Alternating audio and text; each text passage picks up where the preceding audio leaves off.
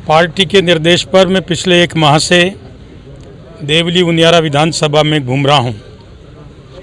आम जन और कार्यकर्ता की राय के मुताबिक शीर्ष नेतृत्व ने टिकट का फैसला किया है और मैं देख रहा हूं कि 2 दिन में टिकट की घोषणा के बाद बहुत बड़ा उत्साह का वातावरण है।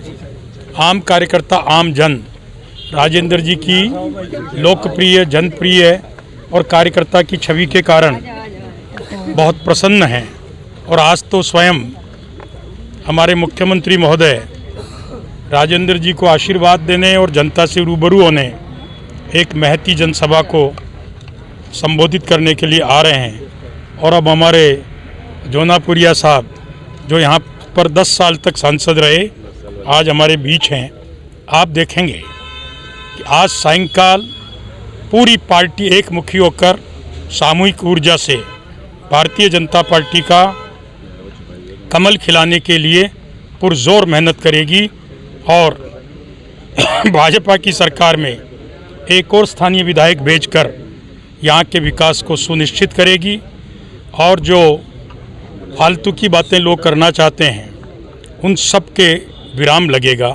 भाजपा बहुत बड़ी शक्ति के साथ इस चुनाव में जनता के बीच जनता का आशीर्वाद लेने के लिए प्रस्तुत है। कांग्रेस कह रही है कि बीजेपी अब सरकार का दुरुपयोग करने को तैयार है, पूरी सरकार चुनाव में उतार दी। ऐसा है, सरकार तो जयपुर में है, कार्यकर्ता मंत्री भी होता है, विधायक भी होता है, सांसद भी होता है और हर चुनाव के अंदर हर जनप्रतिनिधि भी भागीदार होता है। उनके भी मुख्यमंत्री ने उपचुनाव में बहुत कार्यक्रम किए हैं और हमारे भी हो रहे हैं। लोकतंत्र है तो प्रधानमंत्री स्वयं जाते हैं और प्रधानमंत्री जब जनता की जनसभा को संबोधित करते हैं तो प्रधानमंत्री के साथ उन्हें इस बात का भी आभास होता है कि मैं भाजपा के कार्यकर्ता और मतदाता को संबोधित कर रहा हूं और उसकी मर्यादा के अंदर सब काम करते हैं। कोई सरकार का दुष्प्रभाव नहीं है। ये बात उठाकर अभी से उन्होंने अपनी कमजोरी और हार को स्वीकार करना प्रारंभ कर दिया है। देखिए, सचिन पायलट भी इसी जिले से विधायक हैं, तो वो भी जब प्रचार करें तो क्या मानते कि गुजर जो वोट बैंक है वो डाइवर्ट होगा? सचिन साहब के रहते हुए अशोक गहलोत की सरकार गई, कुछ कर नहीं पाए। वो कांग्रेस के नेता हैं, कांग्रेस के लोगों को एड्रेस करेंगे।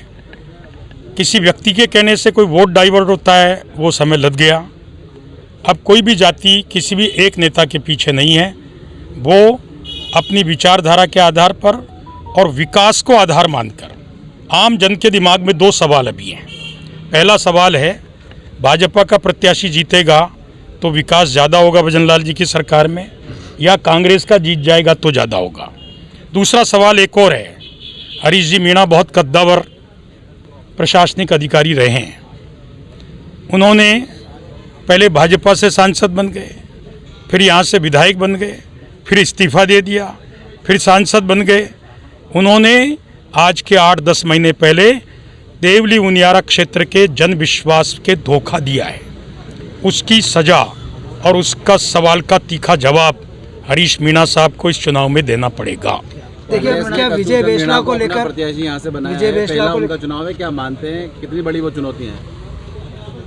देखिए, जो भी प्रत्याशी बनाया उसका फैसला करने का काम तो जनता जनार्दन का है, लेकिन कौन है इसको लोग अभी जानते नहीं हैं।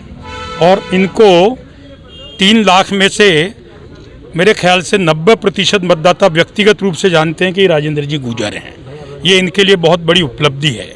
और रही बात मीणा उम्मीदवार की, तो मैंने तो कल एक नई रैली और देखी इधर, पता नहीं कोई थे नरेश जी, तो मैंने तो पूछा भाई इसको टिकट दे रहे हो क्या? तब फिर मेरे को पता पड़ा कि ये बागी खड़ा हो रहा है। उनकी समस्या से वो निपटें, भाजपा एकजुट है, आप निश्चिंत रहो, जीत भाजपा के हाथ में है और कमल खिलेगा और जनता का आशीर्वाद। आखिरी सवाल ये है, क्या विजय बेसला से मनवार हो गई है?